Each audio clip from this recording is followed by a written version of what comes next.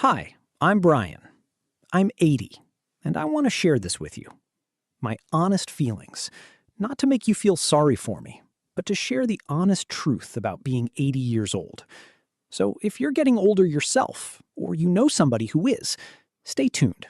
This will help you feel seen, understood, and better prepared. Let's get into it. Number 1.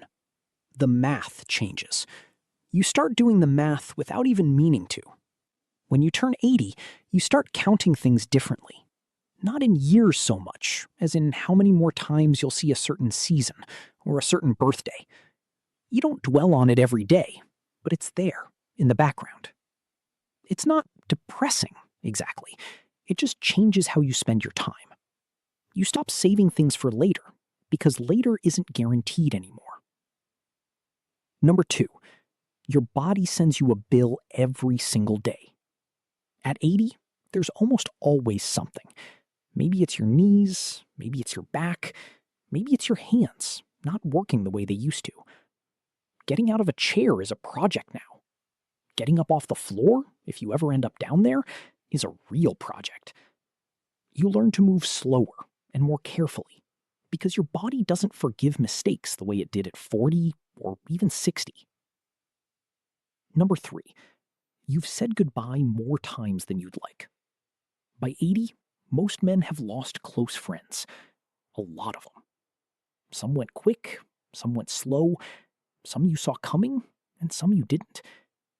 Your address book turns into a bit of a graveyard, if you're honest about it. And every time it happens, it reminds you that your own turn is somewhere on the calendar too, even if nobody knows the date. Number 4. You feel invisible sometimes. People talk past you in stores. Cashiers look at whoever you're with instead of you. Doctors sometimes explain things to your kids instead of to you, like you're not fully there anymore. It's not always meant unkindly, but it stings. You spent your whole life being the guy people listen to, and now, sometimes, you have to work to be heard at all. Number 5. Driving becomes a negotiation with yourself. You still want your independence. Your car means freedom. But your reflexes aren't what they were. Your eyes aren't as sharp, especially at night, and you know it. Every year you ask yourself honestly, should I still be doing this? Some men give up the keys willingly.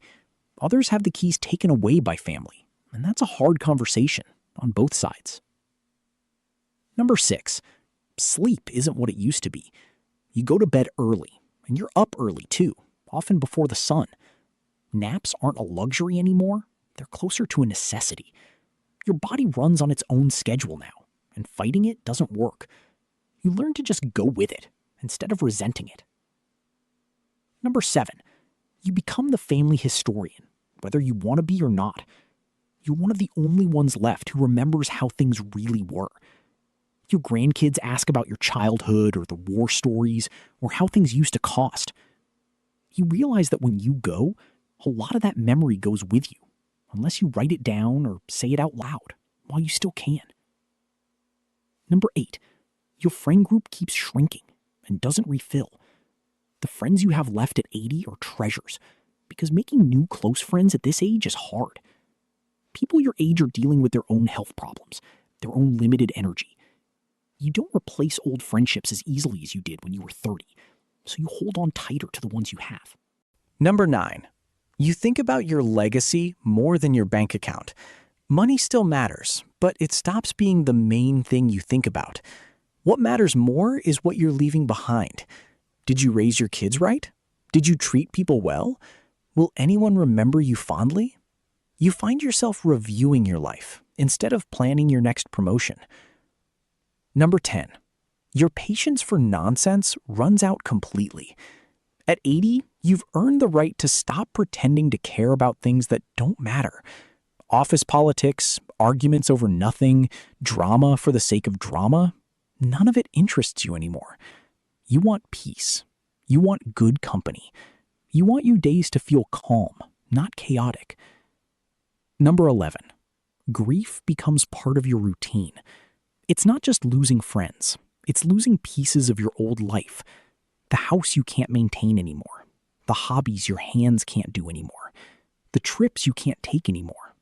Each loss is small on its own, but they add up, and you carry more of them than people realize. Number 12, you worry about becoming a burden. This one is quiet, but it's real. You see what caregiving does to families, and you don't want to be the reason your kids are exhausted and stressed. You think about assisted living, about needing help with basic things, and it scares you more than dying does, honestly. Independence is the thing you fight hardest to protect. Number 13, technology moves faster than you can keep up with. Phones, apps, passwords, updates, it all changes constantly. And just when you get comfortable with something, it changes again. You don't feel dumb. You just feel like the world sped up and didn't wait for you.